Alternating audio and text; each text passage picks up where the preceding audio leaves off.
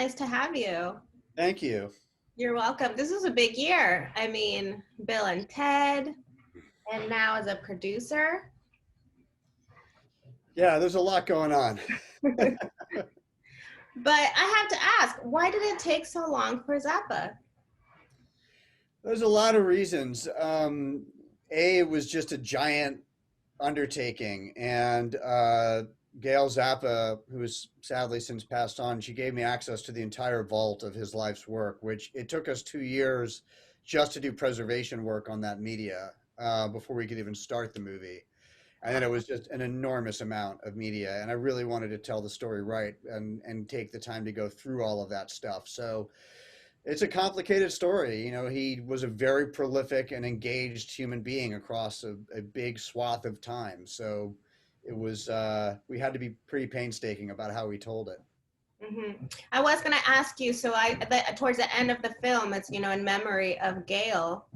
But there's footage where she's, speaking and, covering the documentary. So you actually worked with her, you interviewed her? Yeah, what I did was once I knew they were interested, well before the film was financed, I started having conversations with Gail. I normally do that anyway for my own research to like get a sense of the subjects. I'll start conducting interviews. In her case, I knew she had terminal cancer. We didn't expect her to go anytime soon, but she ended up dying far sooner than any of us expected, including herself. So I was very grateful that I got those interviews with her because they were fundamental to the film.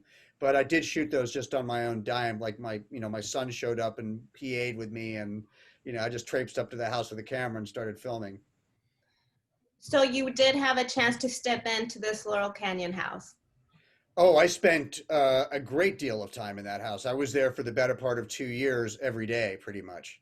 What was it like to be in that vault with so much history and so much knowledge?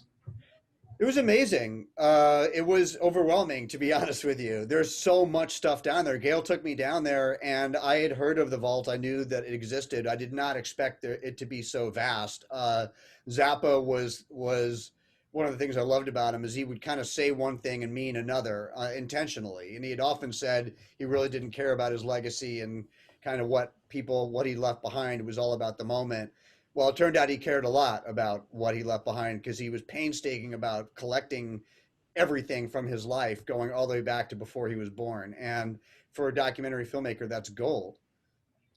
I mean, not only that, but I mean, you cover the fact that he loved editing and would take past footage and re-edit. You showed the parents' wedding. I mean, going back to stuff like that. That's amazing. It was amazing. Yeah, I love that little piece of film. Like, oh, we found his mom and dad's wedding film. Oh, Frank recut that when he was 13 and stuck Godzilla footage into it. Yeah, he started as someone interested in film. Like his first creative endeavors were with film. He started editing film in his early teens and then started composing orchestral music by the time he was 14, 15. And then the music really kicked off. So he was at that time he was also drawing and making art, and he's very, very talented painter and draftsman. So all of that stuff was happening during those years, and we had access to it. That's amazing. And what I loved about this documentary, the way you directed it, was he's pretty much narrating his own story. Yeah, we found shelf after shelf of interviews that he was conducting. If a journalist came over to his house to get like a quick soundbite, he would say, "Well, let me set up a video camera and film our interview." And then he would interview the journalist. So he was super curious about other people. And we just found hours and hours and hours of audio of the most intimate conversations that he was having with friends and other journalists. And that allowed us to basically structure the film around his own perspective. That's amazing. I actually really enjoyed that. Oh, great. As you know, I mean, this is someone we've lost a long time ago, but yet we're hearing everything from his own words, from his own lips. So that's brilliant. Was that the original idea from the beginning? It was my hope. I was hoping I would find enough stuff down there for at least to get a sense of his interior life. He was a pretty guarded person publicly. And I had a feeling that the vault would kind of let me into who he was on the inside and when he was away from the press. And it did in spades. We had more than we even were ever going to be able to use. But my hope was to do that. What I was able to do that I didn't expect was actually have him physically present from beginning to end. I thought I would get enough audio to string together cool stuff. I love being able to see him sitting in an easy chair, whether it's the same chair in 1968, same chair in 85, same chair as he's dying in 92. That was very powerful stuff to find. It was. And what was it like when you reached out to some of these people that worked with him before, played with him? And is there anybody that, for some reason couldn't make it, but really wanted to be a part of it? Or you couldn't get to? Look, there's always people you can't get to for one reason or another. I was really only reaching out to a very limited group of people. I didn't want lots of voices that weren't Frank's voice. I wanted, honestly, as few of those as possible. So I really reached out to people who I felt could give me things that I was missing from Frank's own story and Frank's own interior life, to be able to fill very specific holes. And so I would go chase after the people that I knew had stuff on those particular periods. And otherwise, I don't think you see the first talking head in this movie for almost a half an hour. It's all Zappa up until then. True. One of my favorite was actually Ruth Underwood. The end when she's talking and sharing the letter, and like when she's like tearing up, like I teared up with her because she was one of those that spoke that was so transparent. She displayed what a bright person he was, but also his not so bright side, friendly was personality, just part of the personality. Not that he was purposely, not being the nicest, but yeah, that was very, very heartwarming. Like, did you cry when that was filmed? I mean, I did. We cried that whole day. We cried when she and Joe performed a Black Page. We were crying through the whole interview. It was such an emotional day we all left so totally exhausted. And Ruth being Ruth, she's like the greatest person in the world.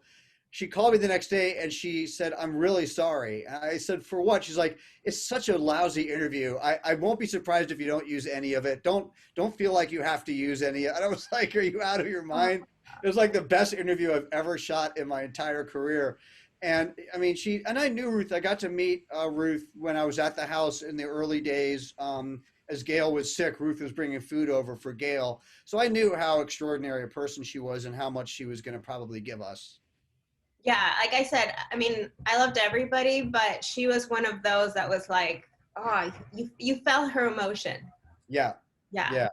Another one of the things that I thought was interesting, you had Alice Cooper and mentioned this theory about Zappa, how he feels that in a way he kind of felt like he would sabotage himself to not get like a hit record out there. Mm-hmm. And Ian also agreeing. I mean, what's your take on that? Well, Ian counterpoints it a little. Ian Underwood is one of Zappa's musicians, and he counterpoints Cooper's point by saying, Alice Cooper says he thinks that Zappa was afraid of having a hit and didn't want to write hits. Ian agreed that Zappa didn't want to write hits, but he didn't think Zappa was afraid of it. He just felt it was completely contrary to the way he composed music. And look, I love that there are different sides to Zappa, that there isn't one side or the other. I put both those quotes in because I think probably both of those viewpoints are true. There's probably truth in both of them. There might have been a little fear on his part of becoming too much of the status quo. That's what I thought. Yeah, which in his mind, he just so rebelled against his entire life. Bill Graham kept telling Zappa in the 60s, come up to San Francisco, they would love you up here. And he would be like, I don't like the freak movement. I know my albums are named after freaks, but please don't try to, enlist me into your movement. And then the New York art scene was pulling him in. He's like, I don't want to be part of your scene either. Thank you very much. So he was always very resistant to being pulled into anything that would limit him, I think. Yeah, unclassifiable artist. Yeah. And really quick, you mentioned in your documentary what point of his interviews where it says that he was potentially seeing if he had a chance to even run against George Bush, the presidency.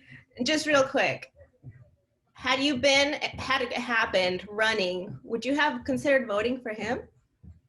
I don't know. I mean, he would have been a third party candidate, so you'd have to write him in. I would have voted for him in the primaries if I could in a heartbeat. In the generals, I'm a big believer in voting for someone that you actually believe has a shot, so you don't end up electing the person you don't want. But I remember when he was doing that campaign, and it was really, really informative. I was pretty young, and it really made you want to go out and vote. It was very inspiring. That I did not know, and I was just like, whoa, so much you learn in documentary. So thank you Yeah. for sharing. Thank you for bringing it. Yeah. Thank you so much. Thank you so much for your time. You take care. Yeah. Thank you.